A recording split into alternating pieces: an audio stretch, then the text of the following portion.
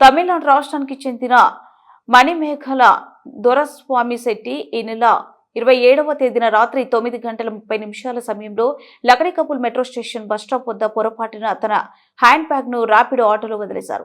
ఆ బ్యాగ్ లో 25 గ్రాముల బంగారు గాజులు, 2 గ్రాముల బంగారు కమ్మలు, 30,000 రూపాయల నగదు మొత్తం విలువ సుమారు 4 లక్షలు మరియు ముఖ్యమైన పత్రాలు ఉన్నాయి.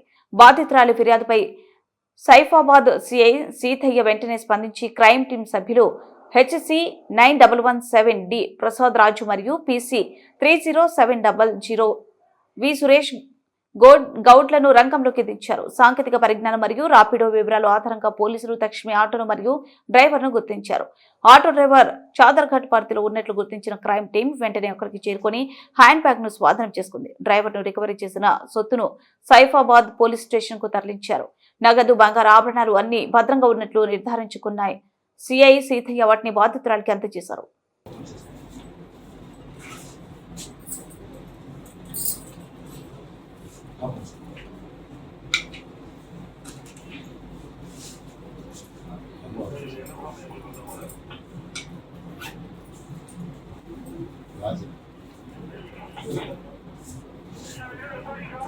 ఓపెన్ చేసి పెట్టి వచ్చింది వేరే ఉంది. ఇది వచ్చి ఒక ఎమ్మ ఇచ్చింది పండగ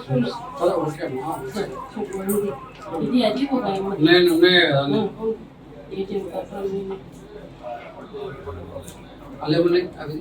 ఇది ఏమి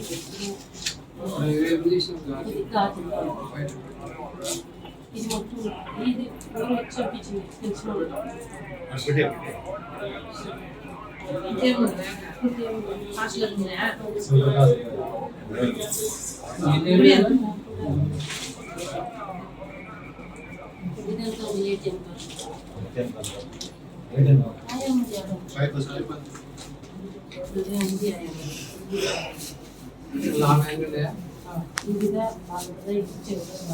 దేవుడికి